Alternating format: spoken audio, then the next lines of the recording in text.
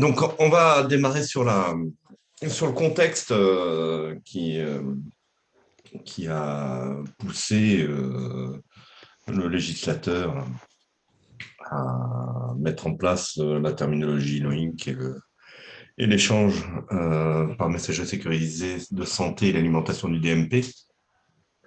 Donc, pour rappel, il y a eu le décret sur la biologie 2016-46 en janvier 2016 qui imposait au laboratoire d'échanger via une MSS, donc une messagerie sécurisée, le compte-rendu des examens au format structuré CDR2 niveau 3, en imposant la codification LOINC pour la codification des examens de biologie médicale et également il impose également une alimentation du DMP lorsque le compte-rendu était nécessaire à la coordination des soins, avec une date de mise en application au 31 octobre 2016.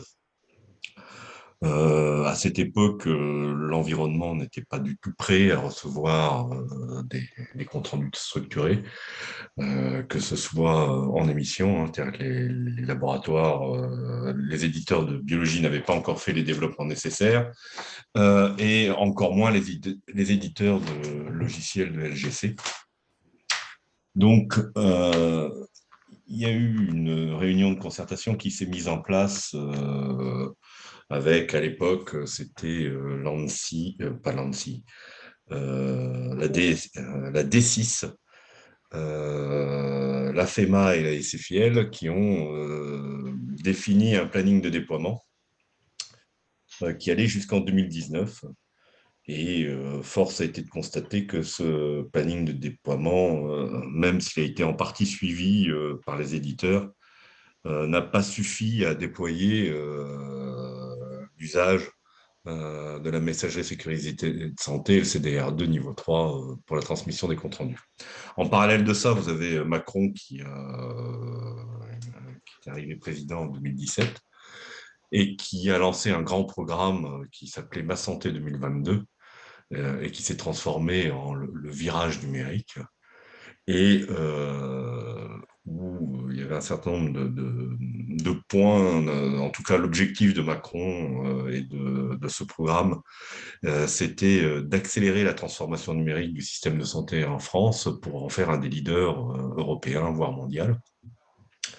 Et puis, on a eu la crise sanitaire qui est arrivée, qui a montré, en fait, qui a exacerbé les besoins de communication de manière sécurisée et les besoins d'échanger, de partager de manière structurée.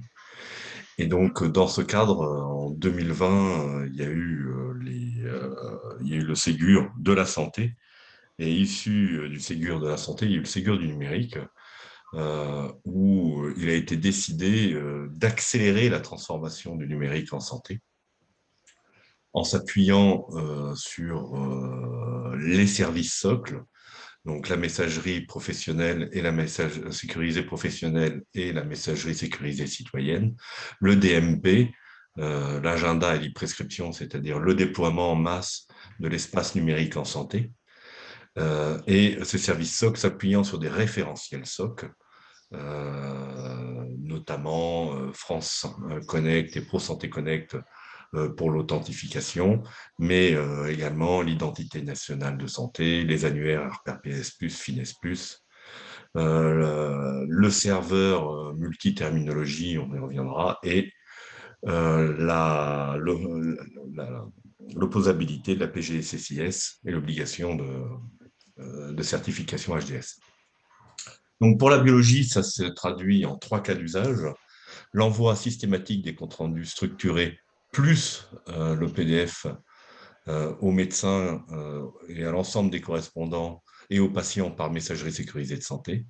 L'alimentation systématique du dossier médical partagé avec des comptes rendus structurés et au format de PDF. Et la consultation possible du dossier médical partagé par le biologiste médical afin d'avoir accès à l'ensemble des données présentes sur ce DMP. Diapositive suivante. Donc, pour accélérer cette transformation numérique, on a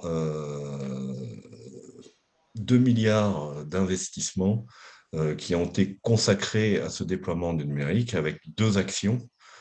Une action sur le financement de l'équipement numérique et de l'évolution des services socles. Donc ça, c'est vraiment un financement direct, on y reviendra, des éditeurs et des financements à l'usage, bon, essentiellement hospitaliers, mais on a un petit peu de financement à l'usage en biologie de ville via l'alimentation du DMP. Le financement a été découpé en deux vagues. Une vague 1 qui est vraiment focalisée sur la structuration du compte-rendu et l'échange et le partage, et une vague 2 dont on parlera tout à l'heure. Pour pouvoir, en fait, cette vague 1 concerne les éditeurs de logiciels de laboratoire et aussi les éditeurs qui proposent des solutions de transcodage Link. Donc, ça s'est traduit par la publication de deux DSR, donc des dossiers spécifiques de référence. Donc, un DSR SGL et un DSR transcodage Link, en sachant que ces DSR contenaient essentiellement des spécifications pour la structuration des comptes rendus, donc au format CDR2 niveau 3, et pour la transmission des comptes rendus, comme je l'ai déjà dit, par MSS au format CDR2 niveau 3, plus un PDF nu au cas où le consommateur ne soit pas capable de lire le CDR2 niveau 3, l'alimentation du DMP en CDR2 niveau 3 et en CDR2 niveau 1, c'est l'équivalent du PDF, hein, pour le prescripteur. L'intégration de ProSanté Connect pour tous les systèmes de gestion de laboratoire. Donc ça, le gros avantage, une fois qu'on aura des versions Ségur compatibles, ça nous permettra de pouvoir consulter le DMP sans avoir à se reconnecter systématiquement à partir du moment où on s'est connecté au système de gestion de laboratoire en utilisant ProSanto Connect. Alors, là, c'est une préconisation, la réception et la visualisation du CDR2 niveau 3 provenant d'un laboratoire sous-traitant, ou à minima, pouvoir insérer le PDF du laboratoire sous-traitant dans le PDF du laboratoire qui a pris en charge le prélèvement et le CDR2 niveau 3. J'ai déjà évoqué l'envoi systématique et automatisé au DMP. La capacité, dans le contexte hospitalier, de transmettre au DPI les CDR de niveau 3. Et pour permettre le transcodage Link, développer des capacités d'import-export, des analyses pour permettre aux éditeurs, aux transcodeurs de faire leur travail. Diapositive suivante. Alors, au niveau du financement, le financement devait, en tout cas les demandes de financement étaient prévues jusqu'au 15 mai. Il y a eu une prolongation jusqu'au 15 juillet. Donc, le principe, c'est qu'un éditeur fait signer un bon au laboratoire pour la mise à jour avec la version Ségur compatible. Ça doit être fait avant le 15 juin. Le déploiement doit en théorie être fait avant le 15 octobre. Bon, vraisemblablement, il y aura une tolérance et on poussera au moins je pense, ce sera poussé jusqu'au 31 décembre. Et l'éditeur n'est financé que quand le laboratoire a donné son go, c'est-à-dire a validé le déploiement de la version Ségur compatible. Ensuite, on va avoir une seconde vague de financement, alors qui était prévu sur 2022-2023, qui va peut-être être repoussé, c'est encore en train d'être discuté. Seconde vague qui va surtout intégrer des notions de sécurité et rajouter des outils complémentaires d'exploitation du DMP. Diapositive suivante. Voilà, moi j'en ai terminé. Si vous avez des questions, vous pouvez le mettre dans le chat et puis j'y répondrai tout au long du webinaire. Bonjour, alors on va maintenant... Ah, il y a un écho. On va prendre donc... on va démarrer la nomenclature Loinc et expliquer un petit peu sa structure et comment on peut l'utiliser. Tout d'abord, la nomenclature va être introduite à l'intérieur du CDA. C'est ce qu'on va appeler, on va avoir donc dans les comptes rendus une interopérabilité et syntaxique et surtout sémantique. La syntaxe, c'est le CDAR2, c'est la structure, c'est le format. C'est là que vous allez avoir, c'est le contenu qui va englober l'interopérabilité sémantique est assurée par la nomenclature Loinc. Donc au début, on avait le CDAR2 qui avait déjà une structure, mais on n'avait pas le corps structuré, on n'avait que l'entête. Dans un deuxième temps est venu maintenant le CDAR niveau 3 avec le corps structuré, et c'est dans le corps qu'on introduira donc les codes Loinc, les libellés Loinc, etc. Donc ça, c'est vraiment pour... on va avoir... attendez, on va avoir une interopérabilité donc syntaxique et sémantique, et c'est grâce à ça on va pouvoir avoir donc une prescription et des résultats codifiés et surtout interopérables et surtout interprétables par la machine, mais dans tous les entrepôts de données de santé et tout, on pourra repérer des données grâce au codage.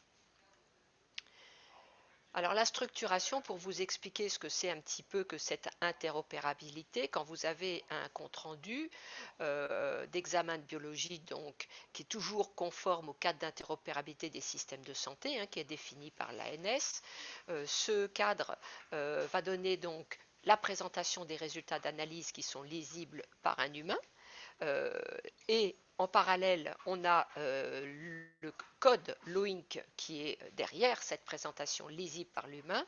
Le code Loinc représente l'interprétation par la machine. Les spécifications, toute la structuration est bien définie par le cadre d'interopérabilité des systèmes de santé. Le compte-rendu d'examen de biologie, il va s'appliquer aux examens de biologie pour le patient, mais aussi pour tout ce qui est associé à un examen biologique qui est non humain, un peu pour le vétérinaire. L'OINC couvre la biologie vétérinaire. Le compte-rendu d'examen de biologie conforme va s'appuyer sur l'HL7V3, le CDAR2 niveau 3 et profil XDLab. En établissement intra-hospitalier, on verra encore du V2, mais de plus en plus d'établissements hospitaliers se mettent aussi au CDAR2 niveau 3. L'interopérabilité, ça nous permet une meilleure prise en charge du patient grâce à plusieurs événements, donc éléments que l'on progressivement qu'on met en place. La terminologie internationale commune, c'est le langage commun utilisé dans tous les systèmes, dans tous les systèmes de laboratoire, mais aussi les systèmes receveurs, les systèmes médecins, évidemment. Codage unique des examens de biologie basé sur cette terminologie. Ça permet, comme je vous ai dit tout à l'heure, dès qu'il va y avoir des big data, les entrepôts de données de santé, ça va permettre de consolider tous ces résultats grâce à cette nomenclature qui est commune. On va appeler donc que tous les résultats identiques seront codés par le même code. On va utiliser, pour avoir de l'interopérabilité sur l'ensemble des données, il faut utiliser les référentiels nationaux. Comme vient de le dire Bruno, plusieurs référentiels nationaux seront utilisés, comme le répertoire national des professionnels de santé, etc. Il y aura une meilleure traçabilité puisque les résultats des examens, à partir du moment où ils sont codifiés, que le nom du préleveur est codifié, que le résultat, l'auteur, etc., tout est codé. À partir du moment où c'est codé, c'est plus facile à retrouver par la machine, mais aussi par l'humain. Et on utilise un format standard pour englober l'ensemble, puisque H' médecin n'est plus maintenu, donc ce standard CDA R2 niveau 3 est utilisé. L'ensemble concourra donc à une meilleure coordination des soins et surtout de pouvoir, certains professionnels de santé pourront plus faire de l'épidémiologie, pourront comparer leurs résultats sous forme de graphiques, la visualisation de l'historique, etc. Tout ça, c'est valable et c'est possible grâce au codage. Et tout ce travail permet d'anticiper la e-prescription, l'alimentation du DMP et la e-prescription dont les travaux ont commencé en France, organisés évidemment par l'ANS. Si on part donc sur la nomenclature LOINC, la nomenclature LOINC, c'est une nomenclature internationale qui a été développée par les Américains, par le Ruggenstrief Institute à Indianapolis. Cette nomenclature est une terminologie de santé qui a été, je dirais, qui est préconisée maintenant en France, mais aussi au niveau international, pour coder les examens de biologie, mais pas que. C'est un langage donc qui a pour vocation d'être compris par tous les systèmes informatiques. Ça va servir à faciliter donc les échanges de résultats, comme on vient de le voir, permettre maintenant la demande de biologie à partir des mêmes codes, puisque autrefois l'OINC ne fournissait pas, n'était vraiment pour les résultats, était vraiment du codage dédié au codage de résultats. Maintenant, de plus en plus, cette nomenclature est utilisée pour la prescription. Ça permet maintenant aussi la structuration des dossiers médicaux, puisqu'il n'y a pas que de la biologie. Maintenant, il y a toute la clinique qui est dedans, et il y a énormément de dossiers médicaux, de chapitres liés, par exemple, à la radiologie, liés à la pneumologie, etc. Donc, toutes les disciplines cliniques commencent à être couvertes par l'OINC. Les codes LOINC donc vont être utilisés, vont être véhiculés dans le corps du compte-rendu de biologie médicale, c'est-à-dire le CDAR2 niveau 3, donc ça je viens de le dire, et ça remplace le format H' médecin, qui était maintenu par Interop Santé. Que doit intégrer qui doit intégrer la terminologie? Tout le monde. Aussi bien les biologistes dans leur système de gestion de laboratoire ou le médecin, donc le système receveur, le LGC, pour permettre la compréhension du code qu'il va recevoir. Donc l'un envoie le code, l'autre le reçoit, chacun doit traduire ce code et doit savoir le traduire. Cette nomenclature donc est maintenue par le Ruggenstrief, elle est publiée tous les 6 mois.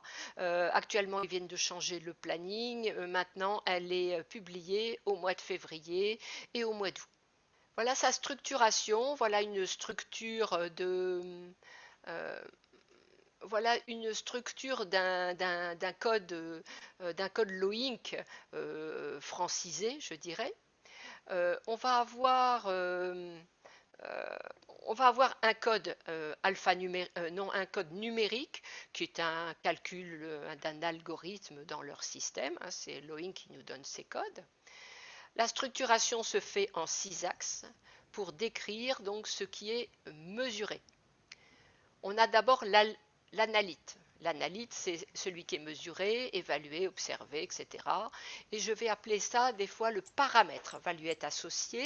Par exemple, le paramètre peut indiquer des conditions physiologiques du patient.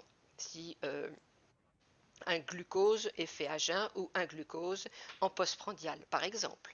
On peut avoir aussi des temps d'épreuve, épreuve aussi T0, T30, T60, etc. C'est ça que j'appelle le paramètre. Eux, ils appellent ça component et sous-component. Ça revient exactement au même. C'est plus simple pour nous de comprendre que le component, c'est vraiment l'élément dosé. Donc là, dans notre exemple, l'analyte, c'est l'albumine. La grandeur. La grandeur, pour nous, ça correspond, donc c'est la caractéristique de ce qui est mesuré. L'OINC ne définit pas l'unité. Il reste au niveau grandeur, c'est-à-dire au niveau au-dessus. au niveau masse, substance, nombre, au niveau un résultat en masse par volume, par exemple, mais ne donnera pas le détail si c'est un gramme par volume ou un milligramme par volume. Quand je les avais rencontrés, ils nous avaient dit qu'en France, on allait un petit peu loin en définissant les unités préférentielles. Ils ont fini par le mettre aussi chez eux. Donc, ils mettent la grandeur, mais ils définissent dans la nomenclature, eh bien, il y a bien une colonne qui définit l'unité préférentielle. Mais c'est l'unité préférentielle anglo-saxonne. Donc, ce n'est pas forcément la nôtre en France. Puisque nous, on est passé par le GBEA en France et on a défini quand même que la majorité des examens devaient être rendus en mol par volume. On va avoir du coup indiqué on va vous indiquer l'unité préférentielle qui a été définie par la remontée de plusieurs laboratoires, dont la PHP dont je fais partie, pour essayer de voir la meilleure unité utilisée sur chaque paramètre, pour vous la proposer. Au niveau temporalité, c'est le moment ou intervalle de temps de l'observation où est fait donc où est réalisé l'examen. Alors, on me pose pourquoi pas les unités internationales. Si, on va vous proposer évidemment l'unité internationale. C'est évident.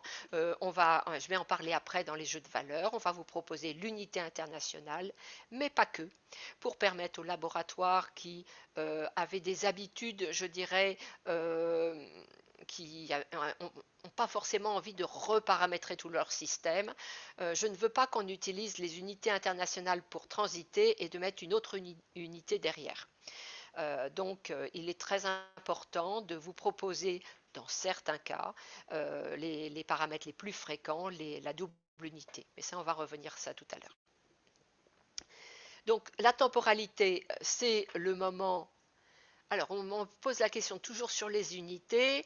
L'hémoglobine, voilà, on mélange les grammes par litre et les grammes par DL. Pour l'OINC, oui. La grandeur de l'hémoglobine, c'est bien masse par volume. Ils n'iront pas au-delà. Nous, après, on se met d'accord en France de rendre nos hémoglobines toujours de la même façon, dans la même unité. C'est pour ça qu'il y aura une colonne, vous verrez par la suite, une colonne d'unités préférentielles et où on vous propose l'une ou l'autre. Alors, j'en étais à la temporalité. La temporalité, c'est le moment donc de l'observation, c'est-à-dire que soit c'est ponctuel, bah, c'est un moment, c'est immédiat, soit c'est un recueil, par exemple, sur 24 heures, ce sont des urines prélevées sur 24 heures, ou sur 5 heures, ou sur 6 heures, et là vous aurez donc l'indication de l'intervalle de temps. Ici, dans notre exemple, vous avez la grandeur donc en masse par volume, donc là il n'y a pas d'indication si c'est des grammes ou des milligrammes, ou autre chose. Là, ce sont les urines. Il n'y a pas de notion de temporalité puisque c'est un prélèvement à l'instant. Le milieu, c'est le milieu d'exécution des analyses. Par contre, pour tous les codes qui vont être utilisés pour la prescription, vous aurez des milieux de prélèvement. L'échelle scale, c'est pour votre résultat. Est-ce que votre résultat va être numérique? Est-ce qu'il va être qualitatif? Est-ce que ça va être un texte? Un résultat nominal. Vous allez voir aussi un résultat nominal. Nominal, c'est du texte codé. Souvent dans les résultats, vous allez préparer des textes prêts pour, au lieu de réécrire tout le temps le même texte, vous allez préparer des textes que vous codez dans votre système de gestion de laboratoire. Ce sont des codes donc avec résultat nominal que l'on utilisera. La technique, alors la technique est peu utilisée par l'OINC. C'est un champ qui est un axe qui est peu renseigné. Alors pour eux, la technique est renseignée lorsque le résultat est analytiquement différent. C'est-à-dire qu'ils vont créer un code, par exemple albumine, urine numérique, ça s'arrête là. Et un autre code, là en nous mettant limite de détection inférieure à 1 mg par litre. Pour dire qu'on a deux types, soit une albumine classique, par exemple aux tomates, etc., et une microalbumine, avec une technique plus sensible. Donc ils ont créé un code, puisque les deux résultats sont analytiquement différents, ils ont créé donc un code Loïc différent. On aura des codes différents, protéines totales, on peut avoir un code sans technique, protéines par électrophorèse, on a un code par technique, parce que les deux résultats peuvent être analytiquement différents. Donc on n'aura pas toujours ces codes. Attention, au niveau de l'OINC, la technique reste générique. Il ne faut pas s'attendre à un niveau de détail tel que décrit dans vos contrôles de qualité définis par la NSM. Il reste vraiment à un niveau générique, puisque ça reste une nomenclature, je dirais, d'interopérabilité. On ne peut pas rentrer à ce niveau de détail. Surtout que la technique est renseignée dans un champ, dans la transmission, dans le CDAR de niveau 3, vous transmettez la technique en parallèle. Donc il n'y a pas besoin. Normalement, on pourrait dire on n'a jamais besoin de transmettre le code avec technique parce qu'on a la technique à côté. Donc ça non, puisque dans un résultat, vous pouvez très bien rendre deux fois le même code et des fois vous êtes content d'avoir quand même deux résultats bien distincts pour montrer que l'un, par exemple l'albumine totale et la microalbumine. Donc là, il est très important d'avoir deux codes. On utilisera donc, vous verrez, le choix des codes Loïc en fonction des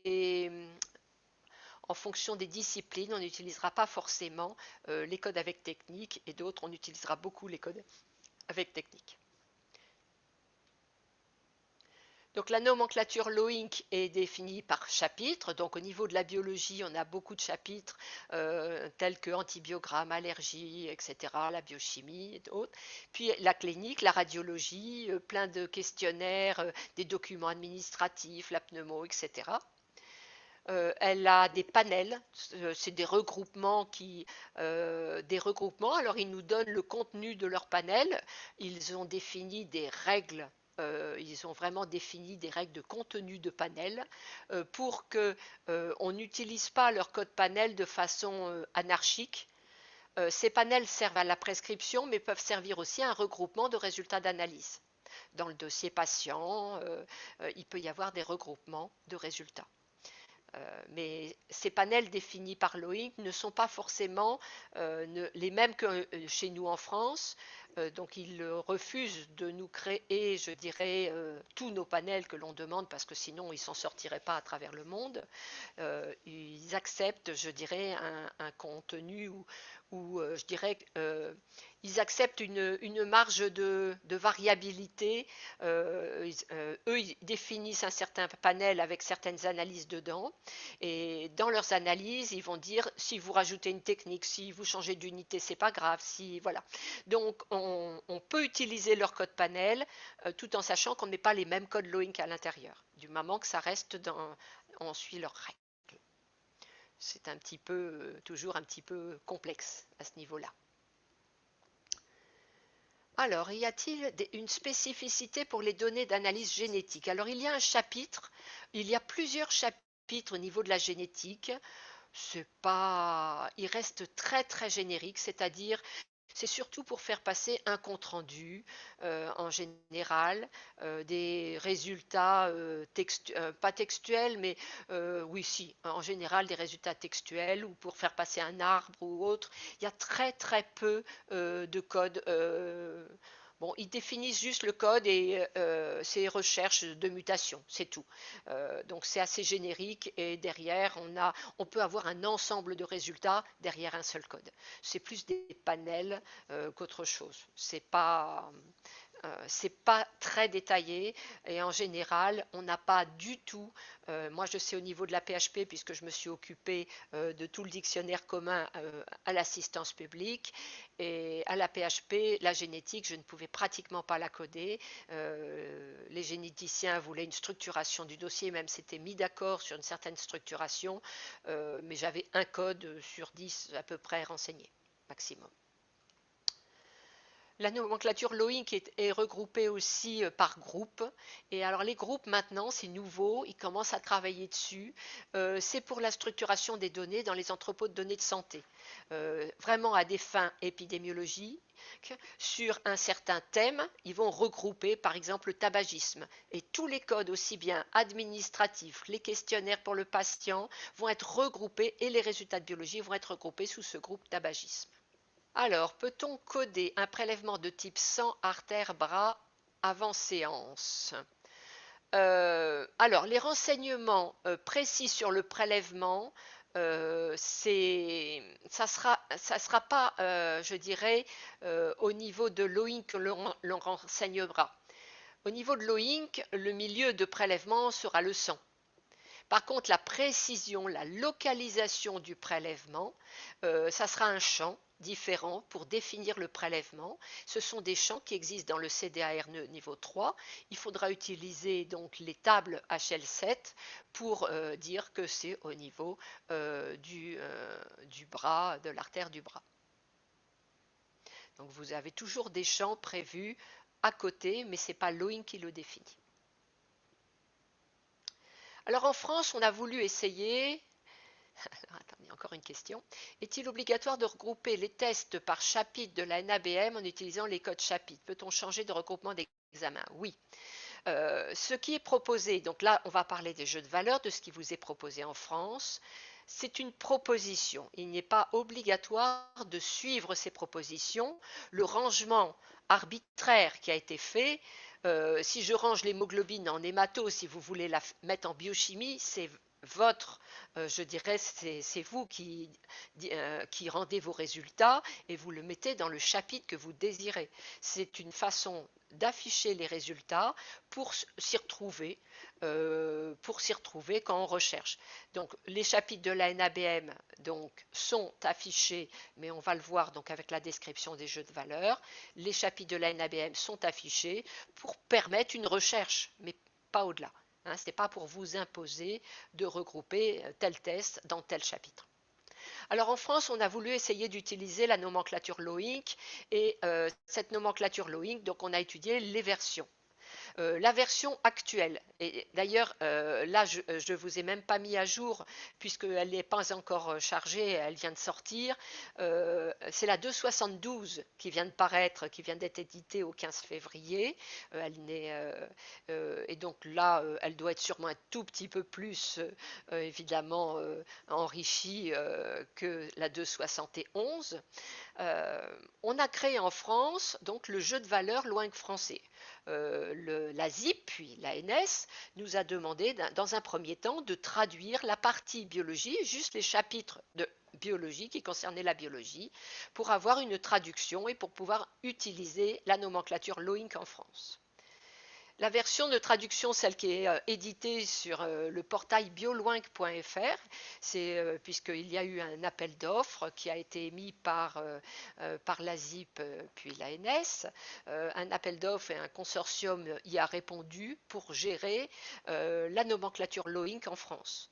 Ce consortium est composé de la société Vidal, qui est le chef de projet, de la PHP, de la société Mondeka qui s'occupe de notre serveur multiterminologie, de la SFIL pour toute la partie biologie ainsi que la PHP.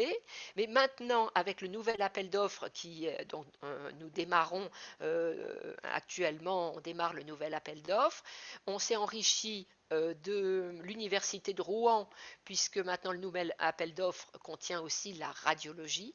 L'ANS nous a demandé de traduire la radiologie. Et nous avons aussi dans notre groupement la société FAST, qui m'aide aussi côté jeu de valeur.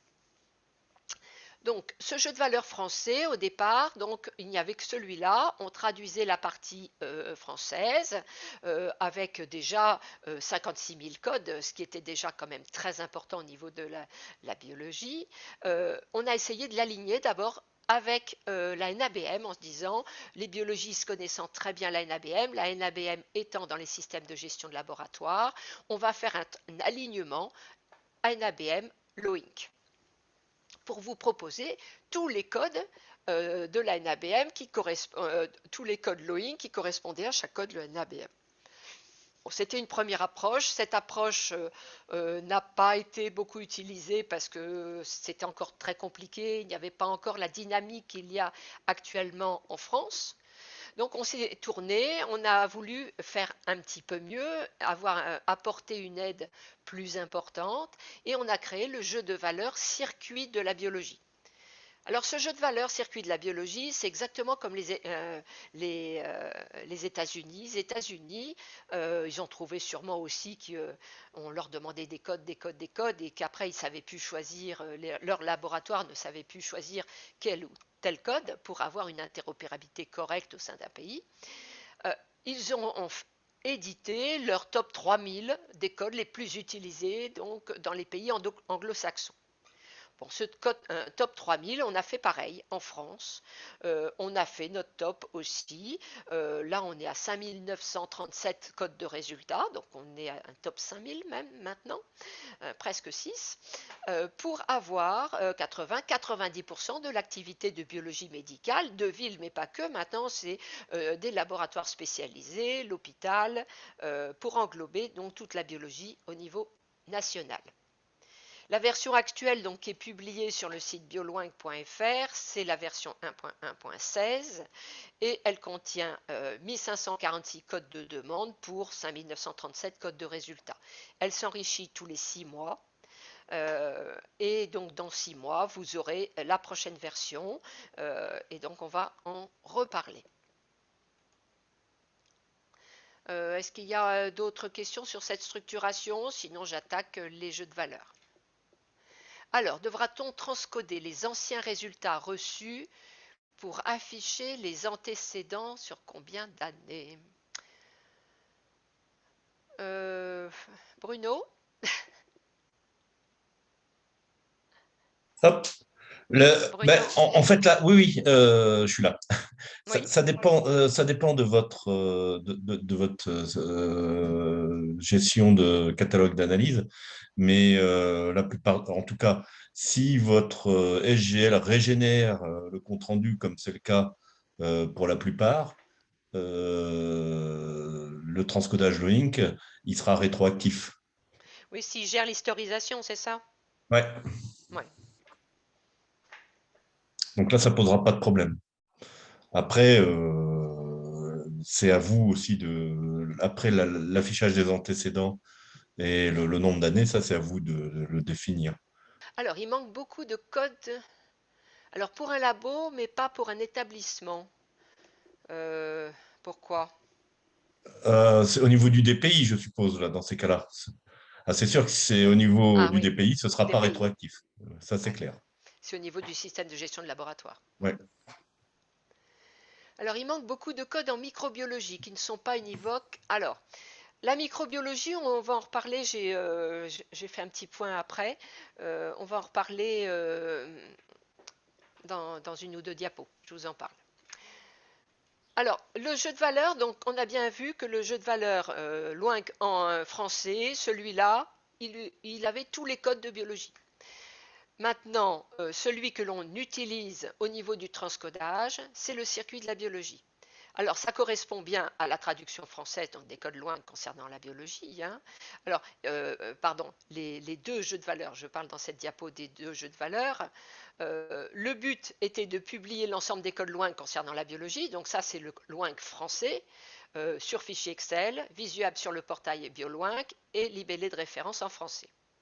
Le but était d'assurer une gestion propre, de suivre tous les codes, parce que l'OINC, évidemment, c'est une nomenclature, elle vit. Donc il y a des codes qui ferment, qui sont fermés par l'OINC, mais aussi fermés en France, c'est-à-dire qu'on a fait une règle, c'est-à-dire que l'OINC nous annonce qu'un code n'est pas encouragé, qu'il est discouraged, c'est un état. Ça veut dire que eux, ils considèrent qu'ils vont bientôt le fermer, qu'ils n'osent pas trop le fermer au cas où des gens l'utilisent, des biologistes l'utilisent, ils nous préviennent. Donc nous, on les ferme d'emblée. Comme ça, au moins, vous n'allez pas avoir les utiliser. On préfère anticiper. Dès qu'il y a un code discourage qui arrive, on le ferme. Vous allez avoir une gestion avec des versions de publication, une VP. le statut de chaque code, s'il est actif, s'il est inactif LOINC, inactif ANS ou AZIP, puisque l'ancien terme aussi existe. Et Loing propose des nouveaux codes pour certains qui sont formés et il nous demande de remplacer par, donc ça on utilise, vous verrez ça sur le jeu de valeurs donc Loing français, vous verrez donc les propositions de remplacement par Loing. On vous propose donc le mapping avec la NABM et on vous propose aussi, on a isolé, alors ça a été surtout très utile pendant l'épidémie, on a fait un jeu de valeurs spécifique pour le coronavirus et surtout un jeu de valeurs spécifique utilisé, tous les codes spécifiques utilisés par le CIDEP. Comme ça vous permettait de bien repérer les codes avec les abréviations, tout ce qui était utilisé pour CIDEP. C'est pour ça qu'on avait identifié ce jeu de valeurs. À l'époque, nous sommes en relation donc permanente avec le Regenstrief, donc le groupe de travail qui est chargé donc de ce maintien. On leur demande des nouveaux codes en permanence et je dirais par groupe de 50, ils nous répondent en 3 mois, 6 mois, 1 an ou 2 ans en fonction des codes demandés. Mais pendant le coronavirus, la France a été leader à ce niveau-là. On leur demandait, moi j'avais tous les codes de la PHP qui me tombaient dessus tous les jours. Je leur envoyais au moins, je ne sais pas, ils avaient au moins une dizaine de codes par jour et ils m'envoyaient en temps réel les codes. Donc on a reçu pour la première fois des codes en temps réel de Loing pendant toute l'épidémie. Donc ils ont fait un travail formidable. Le circuit de la bio, donc voilà, le circuit de la bio, on a dit que c'était un ensemble restreint et le but c'était de choisir à votre place les codes des résultats les plus pertinents en France, de vous les proposer, de vous proposer les codes les plus pertinents en France pour que vous n'ayez pas si chacun utilise un code ou pas l'autre, le code avec technique, sans la technique, il n'y aura jamais d'interopérabilité. C'est pour ça qu'on essaye de vous proposer les codes de résultats, donc les plus pertinents en France. Ce travail a été fait par différents biologistes dans différentes disciplines pour essayer de monter ce jeu de valeurs circuit de la biologie. On va vous proposer dans ce circuit aussi des descriptions d'informations cliniques. Alors, ce travail, il est en cours. Hein. Il est très peu, pour l'instant, renseigné au niveau du jeu de valeurs circuit de la biologie, puisque c'est un travail sur la e-prescription qui est en cours. Et donc, il va s'enrichir au fur et à mesure que le travail prendra forme. On vous préconise évidemment les unités du système international comme unités principales pour chaque résultat. On définit des règles de comparabilité. Alors attention, les règles de comparabilité, c'est surtout pour le clinicien, en disant, voilà, cela, a priori, on peut comparer code Loinc à code Loinc. L'autre, attention, regardez un petit peu autour, faites très attention à tout ce qui est technique, à tout ce qui est... on essaye d'alerter un petit peu le clinicien qui va recevoir les résultats pour qu'il n'y ait pas trop de problèmes. On va préconiser aussi des libellés d'édition pour un code de résultat d'examen donné. Il n'y a pas d'obligation à utiliser, on préconise. Pour ceux qui veulent qu'un libellé pour le clinicien, ça sera toujours la même chose. Donc tout ça, cet ensemble de travail qui est en train de se faire sur le circuit de la biologie, on anticipe entièrement la dématérialisation de la prescription. Et je vous dis, le travail est en cours à l'ANS. Alors, on nous a posé une question.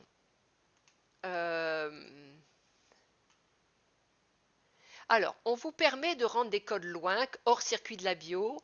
Oui et non. On va voir un petit peu comment on transcode et quelle est la dichotomie du travail. Quand vous avez un code Loing qui n'existe pas et que vous voulez quand même continuer, vous allez, en attendant de nous le proposer, vous allez dire, moi j'aimerais utiliser celui-là, mais il n'est pas encore dans le jeu de valeur, est-ce que vous pouvez l'incorporer? Donc les 6 mois après, vous l'utilisez, 6 mois après, il sera dans le jeu de valeur. Le but, c'est d'enrichir progressivement ce jeu de valeur avec un travail partagé par les équipes qui sont en charge des transcodages pour pouvoir remonter au maximum les codes utilisés. Là, peut-être, je vous dirais, non, c'est pas bien d'utiliser celui-là, il faut utiliser l'autre. hein. S'il n'y a pas de coordination, c'est sûr, on n'aura pas d'interopérabilité. Alors, au niveau de l'OINC, donc il y a 2 versions par an. Elles sont rétrocompatibles évidemment. Tout est marqué, il y a une gestion donc des versions sur chacun des jeux de valeurs et on va regarder donc le circuit de la bio. Alors la structuration de ce circuit de la bio. Le jeu de valeurs va être divisé, c'est un tableur Excel, tout simplement. Alors vous pouvez, ces jeux de valeurs, vous les retrouvez sur bioloing.fr. Je vais vous mettre quelques diapos après, je crois. Le jeu de valeurs est divisé en plusieurs colonnes. Les 4 premières concernent la NABM. Donc je vous mets les codes NABM qui pourraient correspondre à la demande et aux résultats, à la demande et aux résultats qui sont à côté. Vous avez les colonnes de prescription, les colonnes de prescription avec un libellé de demande, un peu de synonymie. Alors, ce n'est pas vraiment de la synonymie, ça peut être aussi des codes d'appel. Il peut y avoir, comme vous ALB, c'est plutôt un mot-clé. Il peut y avoir des mots-clés, il peut y avoir de la synonymie, etc. Vous avez le code LOINC qui est utilisé pour cette demande. Vous avez une colonne plutôt informatique pour dire le type défini par l'OINC. En général, il y a des codes qui sont spécifiques pour la demande, ils sont order. Des codes BOSS, ils sont utilisés en demande ou en résultat, comme celui-là. Il est utilisé, vous le voyez apparaître en demande, mais vous le voyez aussi tout en bas en code résultat. Le code observation, normalement, est un code qui est utilisé que pour les résultats. Vous en verrez une quinzaine traînés en demande. Pour l'instant, ils n'ont pas encore changé de statut chez l'OINC. On est en cours de leur faire bouger. Mais je dis ça déjà depuis un certain temps. Et pour l'instant, ils n'ont pas bougé. Donc on ne fait pas ce qu'on veut quand même de l'OINC. La France est un des plus gros demandeurs de code auprès de l'OINC. On est un des plus gros utilisateurs de l'OINC au niveau mondial, sauf les États-Unis évidemment, pardon. Mais au niveau francophone, les pays francophones, nous sommes vraiment et autres pays autour des États-Unis, on est le pays qui réclame le plus de code. Parce que moi, je travaille dessus déjà depuis plus de 15 ans et je demande des codes depuis plus de 15 ans. Vous allez avoir la nature de prélèvement qui va être définie. Vous allez avoir dans le tableur Excel plusieurs onglets et un onglet spécifique sur les natures de prélèvement, donc des tables HL7. Et c'est des tables que vous retrouvez aussi dans le cadre d'Interop.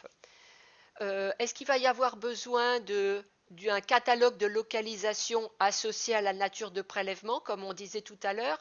Là, il y aura du sang au niveau nature de prélèvement. L'artère du bras, ça pourrait être la localisation. Donc, s'il y en a besoin, il faut associer donc, le catalogue des localisations qui est aussi défini dans les onglets. Vous avez un catalogue SPM 4 pour les natures de prélèvement, SPM 8 et 9 pour les localisations. Associé obligatoirement à un renseignement clinique, donc là une albumine, il n'y a pas forcément besoin d'avoir un renseignement clinique donné par le clinicien qui prescrit. Et si ça était oui, on aurait la liste des valeurs qui sont possibles dans des listes de choix à proposer aux cliniciens. Et ça, c'est un travail qui est en cours, je répète, pour le travail de l'AI-prescription. Au niveau de la résultat, je vous propose des chapitres. Vous avez aussi un onglet réservé au code de chapitre, chapitre, sous-chapitre. Je les ai organisés pour une clarté du circuit de la bio et pour une organisation du circuit de la bio pour qu'on retrouve toujours à peu près facilement ces codes quand on les recherche. Ce n'est pas obligé de tout faire à l'identique. C'est une proposition de classification générale de tous les examens. Pareil que le rang. Le rang, c'est le rang dans le jeu de valeurs circuit de la bio. Certains serveurs de résultats seront contents de trouver ce rang et seront contents de trouver une classification qui sera installée parce que quand on reçoit des résultats de X endroits, les résultats, il faut avoir une classification, sinon il faudrait tout le temps remettre à jour sa classification en fonction des résultats qui arrivent des X endroits. Donc là, je vous en propose une qui est fixe, elle vaut ce qu'elle vaut, hein. C'est une proposition. Vous avez le code LOINC et le libellé de référence qui est le même que la prescription. Vous avez un libellé d'édition qui est proposé. Le niveau de comparabilité ou technique discriminante, c'est deux colonnes qui veulent dire un petit peu la même chose, mais on n'avait pas le droit à une époque de changer le format pour éviter aux éditeurs de logiciels de tout le temps refaire leur macro. Donc on a rajouté juste une colonne, mais on n'a pas enlevé l'autre. Donc niveau de comparabilité, quand c'est 1, on peut comparer code LOINC avec un code LOINC. Quand c'est 2, on dit attention, il faut aller regarder tous les autres champs. Il faut toujours regarder les autres champs, mais le clinicien, le système receveur, ça peut être un moyen quand même de faire une alerte en disant attention, il faut vraiment regarder la technique, le résultat peut être différent. On dit ça surtout pour tout ce qui est auto-immunité, sérologie, endocrinologie. Vous verrez beaucoup de niveaux de comparabilité à 2. Il n'y a pas eu je dirais, de validation, je dirais, de ce travail, puisque c'est une proposition que l'on fait. On l'a fait un petit peu de façon systématique. Tout ce qui est anticorps, sérologie et autres, on a toujours tout mis à 2. Voilà. Donc pour ne pas pour l'instant, mais il y a des choses progressivement qui se valident et on modifie à ce moment-là le jeu de valeur en conséquence. Les unités recommandées, donc grammes par litre à ce niveau-là. Unité Oukoum, donc on met l'unité internationale. Là, on a une ligne avec l'unité internationale en grammes par litre et l'unité Oukoum qui est la grammaire utilisée au niveau informatique.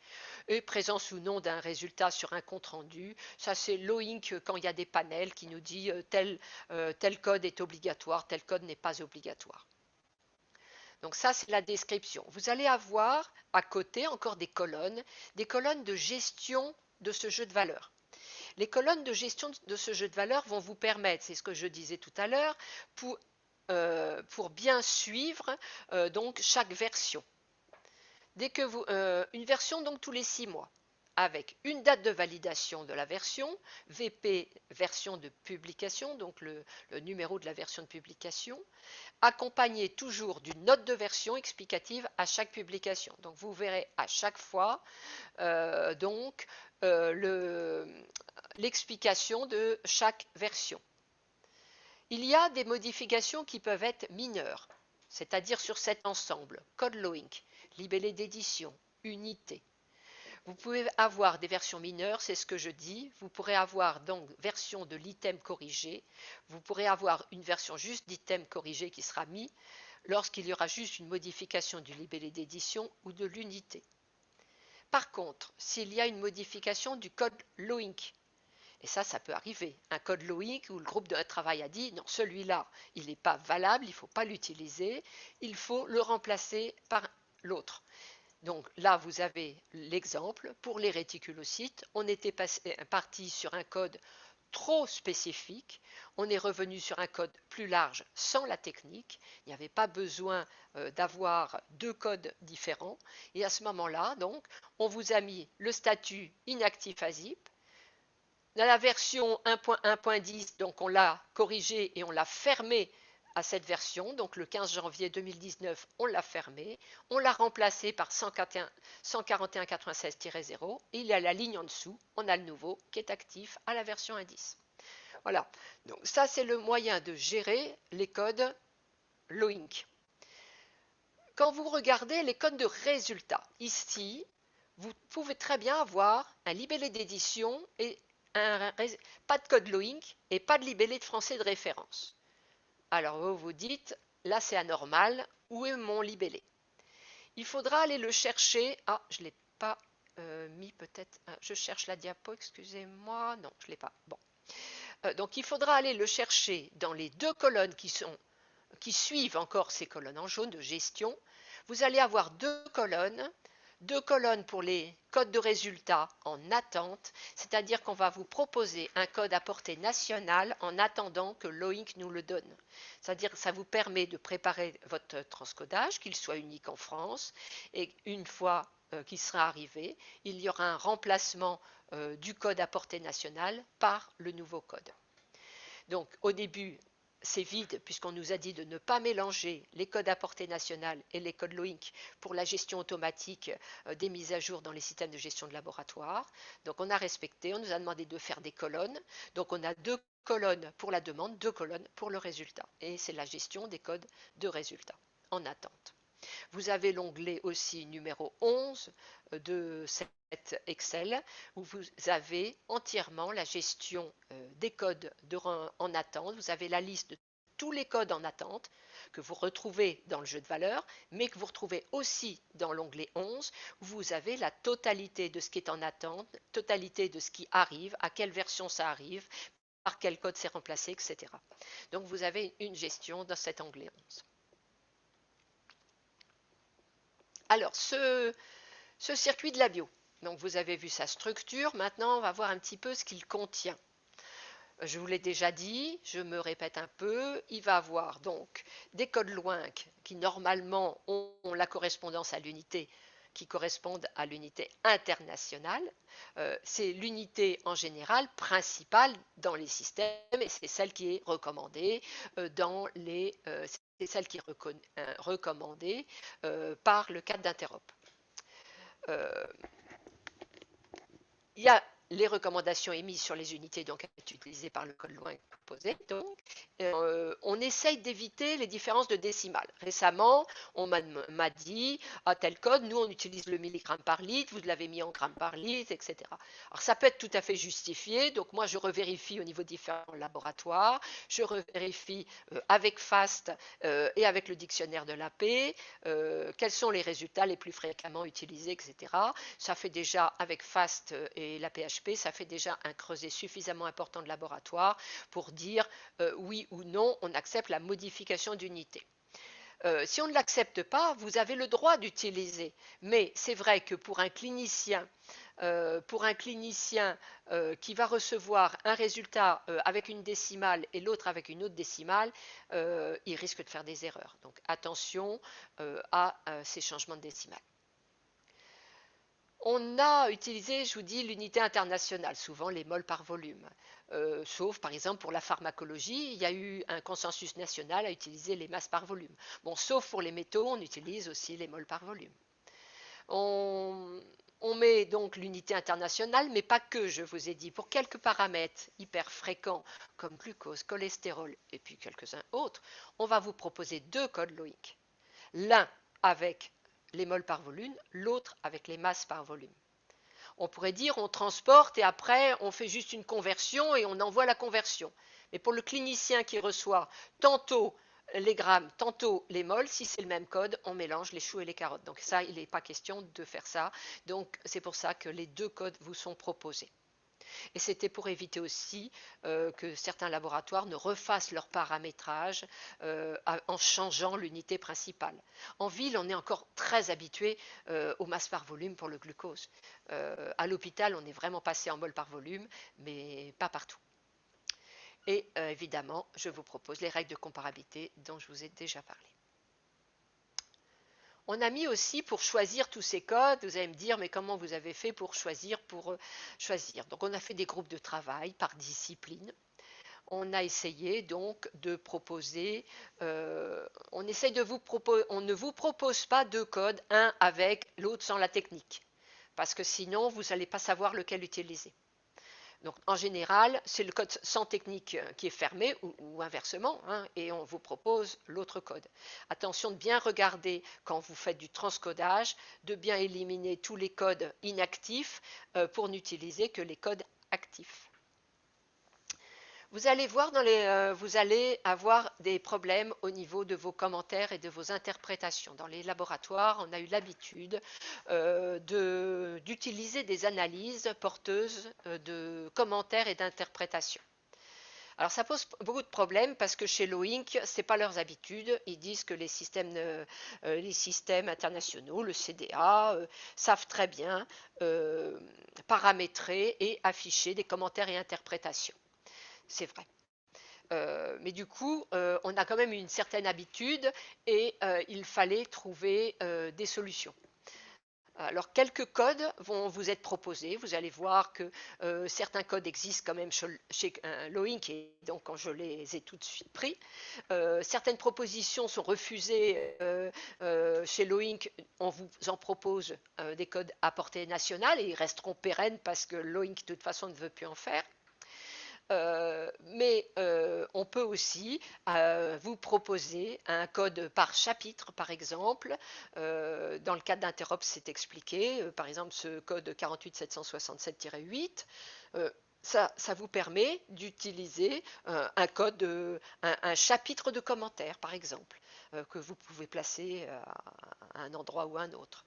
Ou l'affichage du commentaire porté par une analyse, ça, c'est dans le CDA, la structuration le prévoit. Donc, ça c'est le plus problématique à gérer. Ce sont les commentaires. Quelques règles utilisées. La chimie, je vous ai déjà dit qu'en général, on choisit des codes non porteurs d'une technique générique, sauf si le résultat est analytiquement différent, puisque c'est la règle de Loink. Petite règle pour les urines, puisque c'est des questions qui sont très fréquentes, que vous verrez sur le site bioloink.fr. On a une foire aux questions et vous avez ce genre de questions et réponses posées. Pour un code, pour une analyse, par exemple, pour un calcium dans les urines, vous allez avoir un code pour le résultat par litre et un code pour le résultat rendu par 24 heures. Que ça soit le par litre, ça sera que ça soit un échantillon ou que ça soit des urines de 24 heures. Vous avez en fin de compte qu'un seul code pour exprimer en litres, un seul code avec le calcul, même si c'est échantillon ou urine de 24 heures. Parce qu'en fonction des laboratoires, personne ne fait la même chose. Donc on a imposé juste 2 codes et non 3. Sinon, on en aurait eu 3. On aurait eu le par litre sur échantillon, par litre sur 24 heures, le calcul, etc. Donc, et on ne pouvait pas avoir d'interopérabilité. Un résultat quand même par litre, on doit pouvoir le comparer. Au niveau de la sérologie, on a des choix de codes avec des codes porteurs de techniques génériques. Vous verrez des codes porteurs de la technique immunofluorescence, immunoanalyse. Ça n'ira pas au-delà. Mais ça vous permet, par rapport au code qui n'y a rien, ça vous permet quand même d'avoir 2 codes plutôt qu'un seul. Donc ça aide énormément à beaucoup de résultats, à beaucoup de comptes rendus. La microbiologie.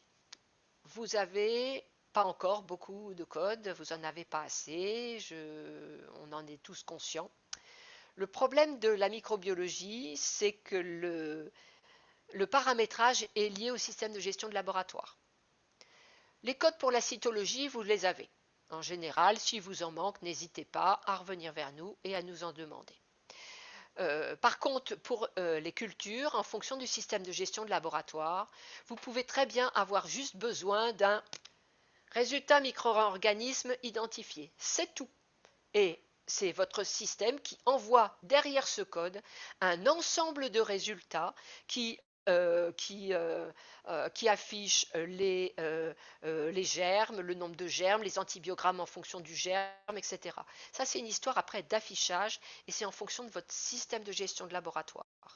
Donc là, nous, ce qu'on préconise, c'est un seul code identique, quel que soit le milieu de prélèvement, c'est-à-dire micro-organismes identifiés et nombre de colonies. Ces 2 codes doivent être reproduits à chaque fois pour chaque prélèvement.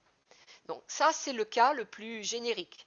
Mais je sais très bien que vous pouvez avoir tout et en fonction des systèmes. Donc ça, il faut voir au cas par cas. Je ne peux pas tout décrire donc dans le jeu de valeur puisque ça ne serait pas valable pour tout le monde et il faudra vraiment voir ça au cas par cas. Alors, les germes ne sont pas liés à l'OINC, non, puisque vous allez avoir micro-organismes identifiés, vous allez en résultat dire on a trouvé tel germe, on a trouvé tel germe et le nom du germe. Alors les listes de germes actuellement, l'ANS essaye de faire donc une nomenclature de germes qui sera installée dans les systèmes de gestion de laboratoire, donc une liste commune qui pourrait être utilisée en France pour dire ben voilà j'ai trouvé tel germe, tel germe, tel germe. Voilà. Et ça, après, c'est la structuration qui dit, bah, tel germe, il y a eu tel nombre de colonies, il y a tel antibiogramme derrière. Ça, c'est la structuration, mais c'est le système de gestion de laboratoire qui définit ça. Par contre, au niveau, il peut y avoir des recherches spécifiques, une culture spécifique, et là, oui, c'est une analyse spécifique, le nom du germe, identifié par tel moyen, et à ce moment-là, oui, on a des analyses spécifiques. C'est juste vraiment pour le résultat de la culture en général, on a des codes assez génériques, mais il y a, comme la cytologie, des résultats pour la sérologie évidemment, mais pour des résultats, pour des recherches spécifiques d'un gène par PCR, etc., on a tout ce qu'il faut, oui, dans l'OINC, il en manque encore. Progressivement, avec FAST, on enregistre, on enrichit le jeu de valeur circuit de la biologie et n'hésitez pas de revenir vers nous pour nous faire enrichir ce jeu de valeur. Au niveau de l'antibiogramme, donc il y a des codes proposés par l'OINC pour chaque antibiotique. Au départ, on n'avait pris qu'un seul code. On vous avait proposé le code classique RIS. Maintenant, il y a des CMI. En fonction, pareil, des systèmes informatiques, vous allez avoir besoin d'un ou de deux codes. On vous a proposé les deux codes. Comme ça, vous prenez pas en fonction de votre besoin. Puisque je sais qu'avec l'arrivée des nouveaux automates, on avait été obligé donc de rajouter CMI. Alors, je vous montre une diapo de bioloinc.fr. Alors, BioLoinc, il faut vous inscrire sur la. Je n'ai pas la première page en diapo, mais sur la première page, il faut s'inscrire. Et en plus, s'inscrire, vous allez pouvoir comme ça. Vous aurez soit un plus, soit un petit moins. Ici, c'est pour vous inscrire à la newsletter. Quand vous vous inscrivez, vous passez du moins au plus. Comme ça, vous recevez un mail vous disant que Loinc a été mis à jour, que le site est mis à jour, que vous pouvez télécharger les nouveaux jeux de valeur. Donc vous êtes au courant de ce qui se passe sur le site. Là, vous allez avoir sur la première page, la prochaine fois, il faudra que je vous mette la diapo. Vous avez la possibilité de rentrer dans le circuit de la bio, dans l'autre ou dans la NABM. Et vous pouvez après télécharger. Si vous êtes inscrit, il faut vous inscrire d'abord.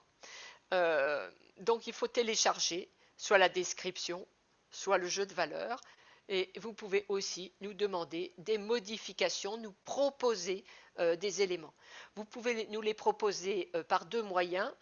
Soit il y a, je crois que c'est sur la page d'accueil, support technique et support je ne sais plus, il y a deux supports, il y a le support technique et le support scientifique. Donc vous pouvez très bien nous envoyer un mail ou via cette demande, donc on peut avoir. Alors, quand on me demande un code, je vous réponds que je vous l'incorpore dans la version suivante. La version suivante est dans 6 mois, mais je vous donne le code. Donc moi, je le prends en compte pour la version d'après, mais vous pouvez l'utiliser. À partir du moment où on s'est mis d'accord sur un code, moi je l'incorpore dans le jeu de valeur. Donc je vous réponds relativement rapidement sur le choix de votre code, si oui ou non vous l'incorporez. Et à ce moment-là, vous l'incorporez et il sera visible dans le jeu de valeur que 6 mois après. Vous avez donc une foire questions-réponses aussi. Vous avez plusieurs éléments sur ce site. Est-ce qu'il y a des questions en direct ou je continue jusqu'à la fin et puis après on reviendra sur des choses comme vous voulez. S'il y a des questions, n'hésitez pas. Il n'y en a plus pour longtemps. Alors le transcodage, c'est un travail. Ça, je ne minimise pas le travail que l'on vous fait faire. Il peut être manuel et il peut être automatique. Semi-automatique, je dirais bien. Donc s'il est manuel, il faudra faire, donc biologiste ou quelqu'un sous la supervision d'un biologiste devra transcoder. Alors la méthode, on peut prendre par chapitre, c'est pour ça que je vous ai mis des chapitres, on peut prendre par la NABM si on connaît bien sa NABM, on peut aussi se dire la liste des résultats les plus fréquents. Alors, on me pose une question. Le rang est-il au sein du chapitre NABM ou est-il absolu pour tout c'est un rang pour toute la classification. Les rangs, c'est un rang de classification générale, l'ensemble du jeu de valeurs. Donc, pour identifier une méthode, vous faites un petit peu ce que vous voulez, mais ce qui souvent donne du courage, c'est de prendre les examens les plus fréquents, de transcoder et de tester si ça marche. Des fois, on s'est rendu compte que quand on faisait déjà ça, ça donnait du baume un peu au cœur en se disant, ça marche, c'est bien, donc on va après progressivement continuer. Il y a donc des possibilités de faire du codage semi-automatique par des industriels qui vous proposent des solutions. Ils vont analyser, donc, puisque c'est des logiciels auto-apprenants, avec les libellés, avec vos libellés, avec ceux du jeu de valeur, qui croisent tout ça et qui arrivent à proposer les codes du jeu de valeur. Euh, mais ça ne matche pas à tous les coups, hein. L'hyperspécialité ne peut pas forcément matcher à tous les coups, hein. Donc ne pensez pas qu'on vous fera à 100% votre transcodage. Si vous faites en manuel, une règle à respecter, c'est toujours, quand on choisit un code LOINC, il faut toujours qu'il soit cohérent de bout en bout, c'est-à-dire en termes d'analyse, de grandeur, de temporalité, milieu, échelle, technique, SIA. Vous récupérez toujours donc la dernière version du jeu de valeur sur le site BioLoinc. Vous faites une extraction de votre dictionnaire. Vous épurez un petit peu tout ce qui est un petit peu ancien, parce que souvent quand on fait ça, on s'aperçoit qu'on a doublé, triplé, quadruplé le même code. Pour faire fonctionner le laboratoire, hein. Je ne dis pas que c'est tout le monde le fait et on a fait la même chose à l'assistance publique. Mais des fois, il faudra mettre le même code LOINC en face, puisque c'est la même chose que vous dédoublez juste pour des besoins fonctionnels. Donc vous allez chercher le code, soit par la NABM, soit par la demande, soit par le chapitre, etc. Et vous allez avoir dans le jeu de valeur, donc au niveau des résultats. Donc soit vous le trouvez, c'est facile, vous n'avez pas à vous poser un problème, vous le prenez. Soit vous ne le trouvez pas, vous allez aller voir donc sur bioloinc.fr ou dans le jeu de valeur général, vous allez chercher votre code. Bon, soit vous le trouvez, c'est très bien, vous nous dites, eh ben, écoutez, ceux qui en font beaucoup, vous m'envoyez un fichier en disant, voilà, moi c'est ça que je pense avoir besoin. Après, on peut en discuter, je vous propose une réunion téléphonique et on en discute, savoir si on est tous en phase.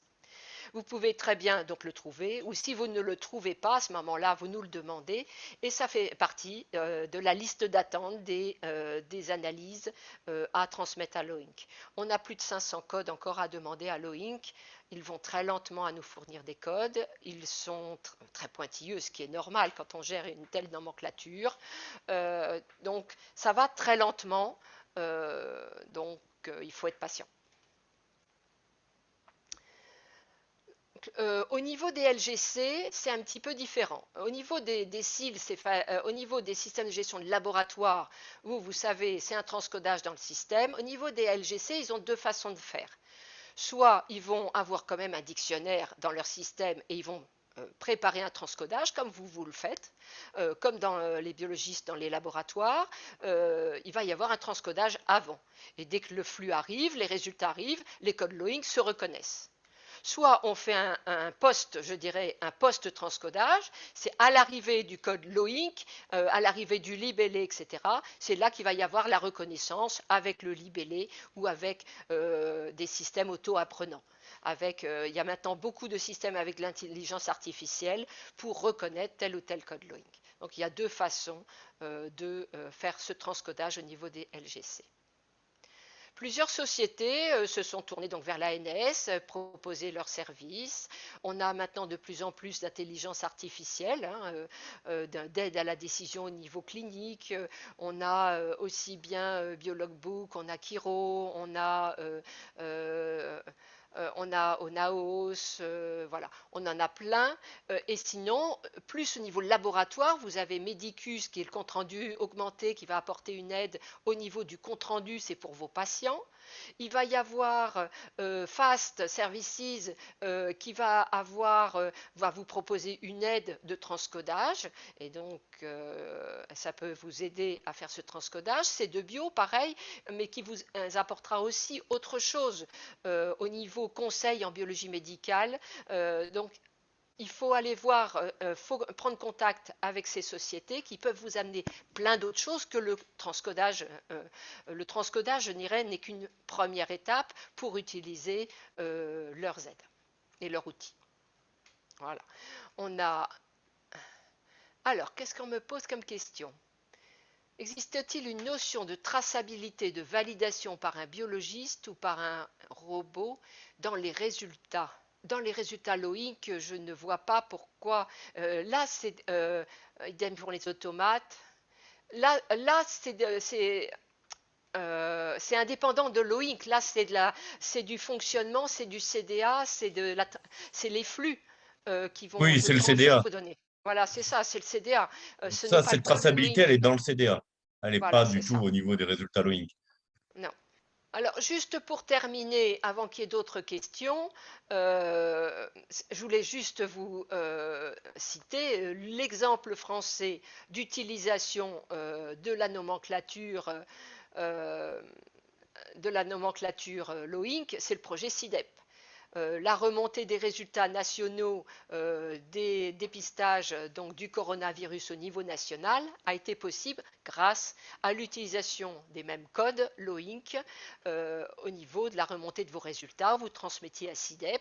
Le système CIDEP pouvait donc au niveau comptabilité savoir ce qui était fait au niveau français, combien il y avait de PCR de réaliser, etc. Parce que tout le monde utilisait le même code. Si tout le monde avait envoyé son code, c'était impossible à savoir ce que vous faisiez derrière. Donc voilà l'utilité et l'interopérabilité grâce au code LOINC qui a été révélé grâce à ce projet. Donc voilà. Donc si vous avez d'autres questions, donc vous disiez oui, on perd dans le big data. Ah. La notion de traçabilité dans le big data. Bah, vous l'avez sûrement, mais elle doit se perdre un petit peu dedans, oui. Ah, elle n'est pas liée de toute façon, elle n'est pas liée au compte rendu LOINC. Elle n'est pas liée au code LOINC, surtout au résultat. Voilà. Alors on me pose la question si la distinction entre résultat et demande n'existe pas dans le jeu FR. Non. Dans le jeu FR complet, c'est la totalité des codes LOINC. Donc vous pouvez, on peut. Alors une distinction quand même que je peux quand même vous faire, vous allez avoir des codes qui se terminent par panel. Cela, vous allez quand même avoir oui, les codes avec panel, mais c'est tout. Non, c'est dans le circuit de la bio que vous savez s'ils sont demande ou pas. Alors par contre, si, quand vous devez avoir, quand vous appelez un code BioLoing, pas celui du circuit, quand vous appelez le code BioLoing du jeu de valeurs français, vous devez avoir les états de chaque code et vous devez savoir si ce code est order. Mais on utilise aussi des boss. Les codes boss et order peuvent être utilisés pour la prescription. Alors, pour l'immunohémato, alors, là, il y a eu un groupe au niveau de l'ANS, il y a eu un groupe de l'EFS français qui s'est constitué. Il y a eu un groupe d'une dizaine de personnes qui ont travaillé sur l'immunohémato. Ils continuent à travailler et m'envoient. Par contre, il n'y a pas eu au niveau délivrance, ce n'était pas au départ, ce n'est toujours pas dans le périmètre du jeu de valeur circuit de la biologie. Donc il n'y avait pas le côté délivrance, dépôt de sang, etc. Il n'y avait que le côté analyse, résultat d'analyse qui était pris en compte. C'est pour ça que ça vous manque actuellement. Donc ça dépendra de l'ANS si on nous demande d'élargir d'élargir, mais je pense que ça va arriver. Alors, pour l'hémoglobine, l'unité LOINC, grammes par DL. Alors, ça très bien. Je dirais, on n'a pas voulu changer. On n'a pas voulu changer l'unité qui était la plus fréquente, c'était le gramme par décilitre pour l'hémoglobine. Si maintenant il y a le groupe français qui recommande grammes par litre, à ce moment-là, je dirais, ça va devenir univoque et on imposera le gramme. Qu'on imposera, non. On changera le jeu de valeur et à ce moment-là, ça sera les grammes par litre pour tout le monde. Hein. Alors, la liste des germes est disponible ou pas encore? Elle n'est pas disponible encore, la liste des germes, puisque il y a quelque temps, il y avait la taxonomie, une taxonomie qui devait être traduite. Et là maintenant, l'ouverture de la SNOMED en France va apporter cette liste de germes. Donc je pense qu'on va partir sur une liste de germes codifiée en SNOMED international. Donc là, il faut attendre qu'elle soit publiée. Et pour l'instant, les travaux n'ont pas démarré. Mais je sais que FAST doit l'avoir, cette liste de germes SNOMED, je pense, en avance. N'hésitez pas, de toute façon, à revenir vers nous, à nous poser des questions, soit via le site, hein, soit par mail.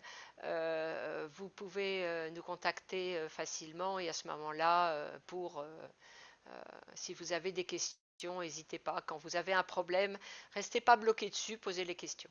Merci beaucoup et puis bon après-midi. À bientôt. À bientôt à tous.